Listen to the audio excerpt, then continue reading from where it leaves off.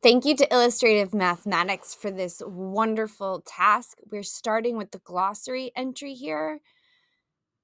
A ratio, obviously put your name, but then if you follow down here with me, let me grab a square instead. A ratio is an association between two or more quantities. Please remember that there's other ways to define ratio. For example, if you visit the video linked specifically about the glossary definition and getting to know the concept of ratio specifically, I pull a quote definition from this book and from Illustrative Mathematics. Both Illustrative Mathematics and this book are published by McGraw-Hill. So just so you know, this one's from 1965, and this one is from 1965, and the one on your screen is from 2020, 2021, something close to now.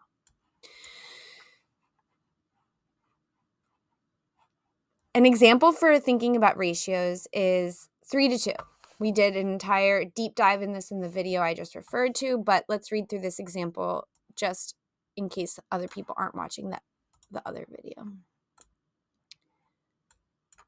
For example, the ratio 3 to 2 could describe a recipe that uses 3 cups of flour for every 2 eggs. What does that mean? Take a second to think about it. Take a note. Get a whiteboard. Get a notebook.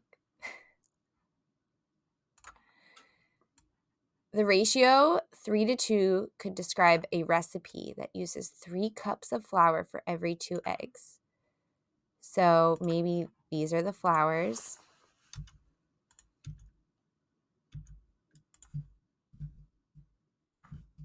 And these are the eggs. Or a boat that moves 3 meters every 2 seconds. Oh, I love this one. 3 meters. A meter. Oh, you don't want this.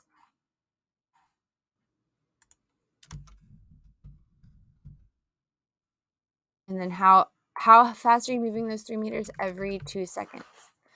One way to represent the ratio 3 to 2 is with the diagram that has 3 blue squares for every 2 squares.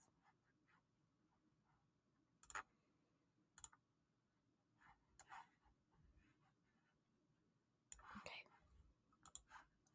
Take a second to make a note of this definition, right? Mathematics is built on definition. You'd think English language arts is built on definitions. They might both be, but mathematics definitely is. Pay attention to the objects of mathematics. What kind and how many?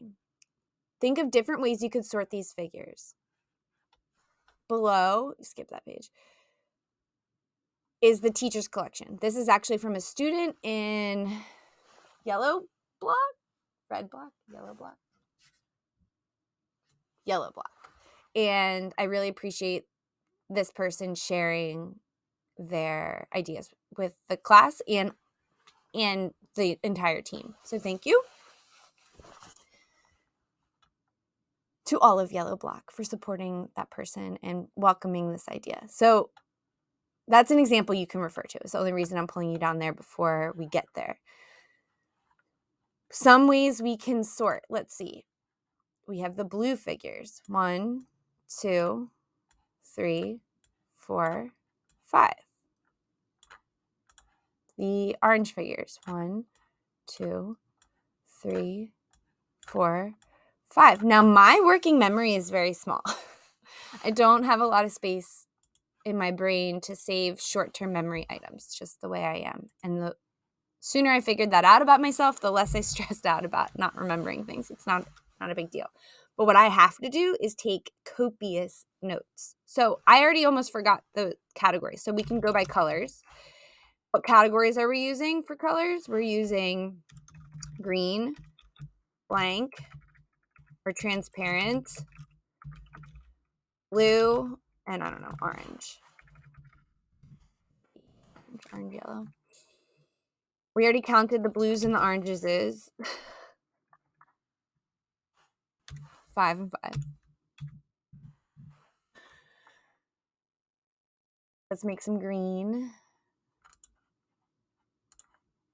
1, 2, 3, 4, 5. Very interesting. Transparent.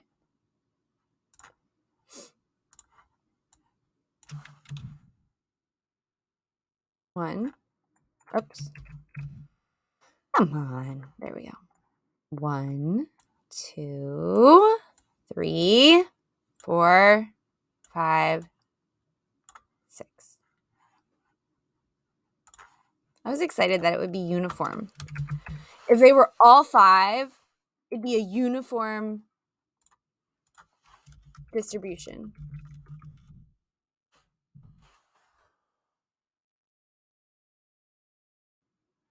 Flat all the way across, uniform. Everything's the same. They'd all have a frequency of 5, but they don't. But it's close. We could graph it in Google Sheets, but I'm not going to take you there. Let's stay focused, Ms. Flynn, right? Okay. All right, I'm here. I couldn't type in Google Slides because I was screencastifying. Okay, anyway. So we have the category of colors. I'm sorry, wrong. Categories of green, transparent, blue, and orange. But those categories satisfy a method of sorting. Okay, so this is your method of sorting. And it kind of is your statistical question.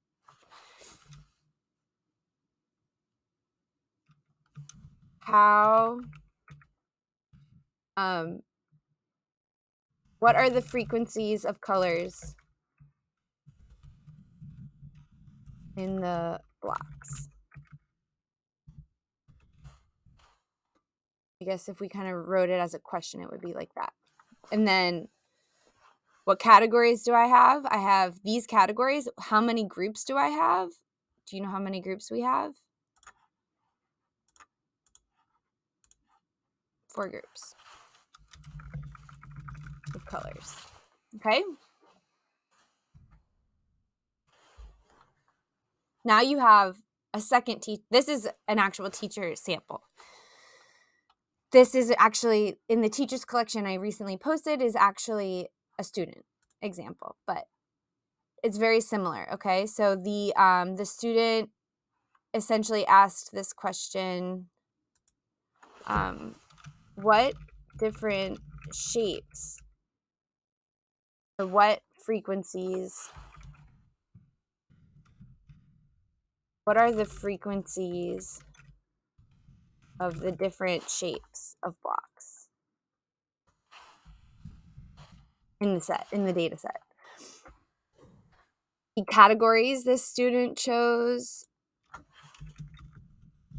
were a line, an L, square, like missing one in a rectangle. I think is a good way of describing it. But we kind of talked about it as missing a pixel, or it looks like someone took a bite out of it. But you'll see those as circled in the yellow. So here, and here, like a bite. But then I'm not sure if I did that right because these also look like they have a bite taken out, and they're also rectangles. So a rectangle that is not a square. This is a huge piece of being mathematical, is making sure that the system you're working with is consistent and it doesn't contradict each other, and that you've made sure that nothing overlaps, or that if things are overlapping, that they're intended to overlap.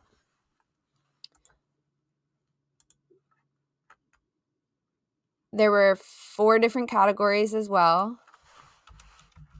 And what do we use? 4 groups of shapes. We have, maybe it would be better to do 1, 2, 3, 4.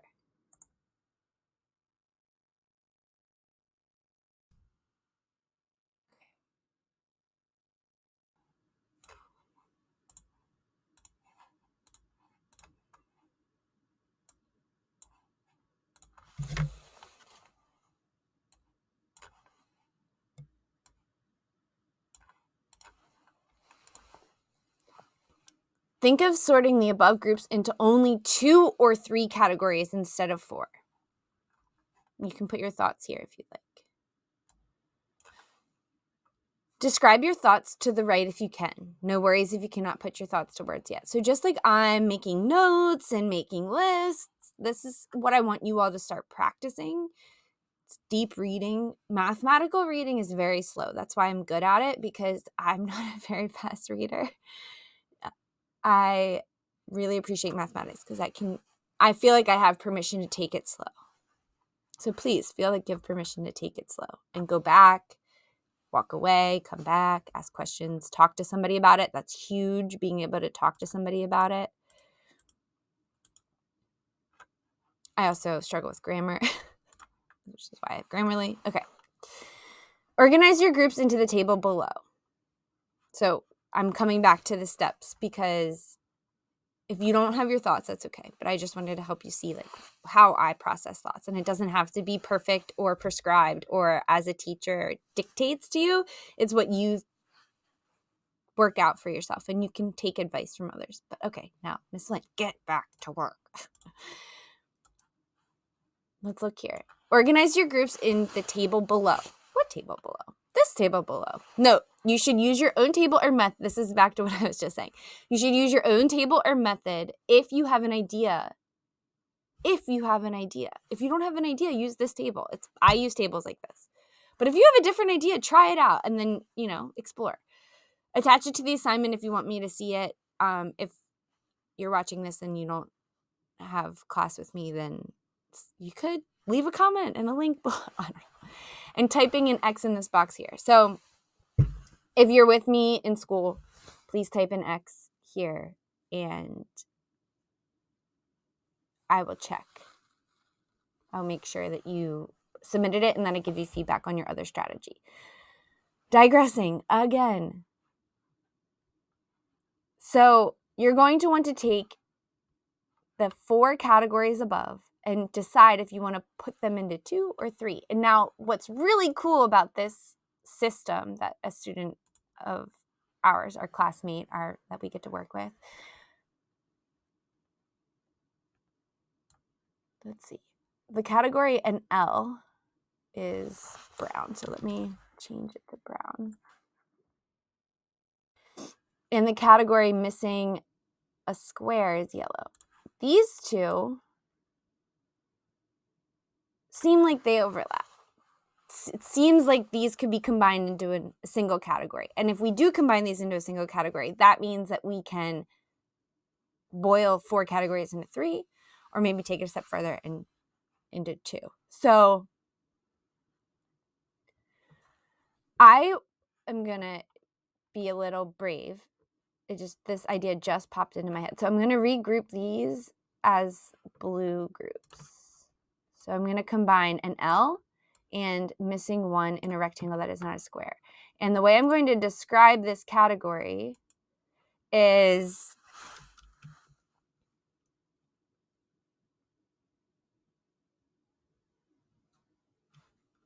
number of sides of figure is greater than 4.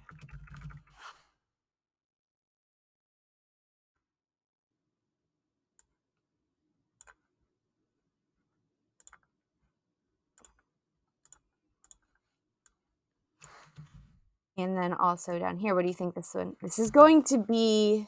I'm sorry, that's a category amount. If I'm only creating 2 categories to answer my statistical question, then it's seriously binary, right? This or that. And you have to make sure that your system of answering that question or categorizing or sorting is this or that. You do not want there to be a middle ground where you're not sure if it should go here or there. Everybody who's doing sorting with your system should be able to replicate it. And if there's any element of sort of choice, then one student might categorize it as this instead of that, and then it's not reliable. So you want to make sure your system is reliable.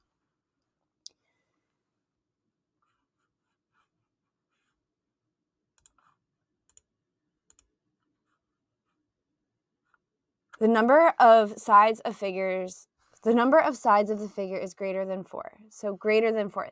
This one, everything in the straight line group is going to have a perimeter of 4. I mean, a number of sides of 4. These are all the squares and all the lines are rectangles and squares. Perfect rectangles and squares, they have 4 sides. The composite figures, or the ones that look like they've gotten a bite taken out of them or look like an L, have more than 4. 1, 2, 3, 4, 5, 6. 1, 2, 3, 4, 5, 6. 1, 2, 3, 4, 5, 6. 1, 2, 3, 4, 5, 6. 1, 2, 3, 4, 5, 6. 1, 2, 3, 4, 5, 6. Huh. That's interesting. I think now we can change this. Instead of saying greater than 4 is equal to 6.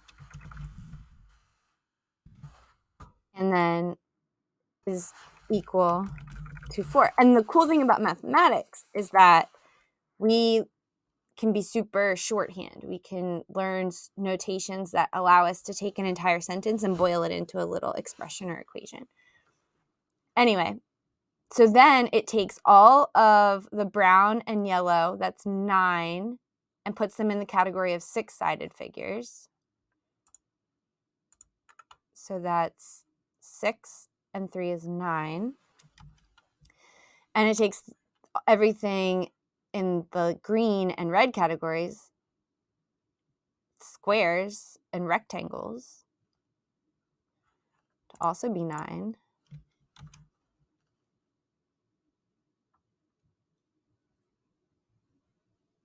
But that doesn't make sense.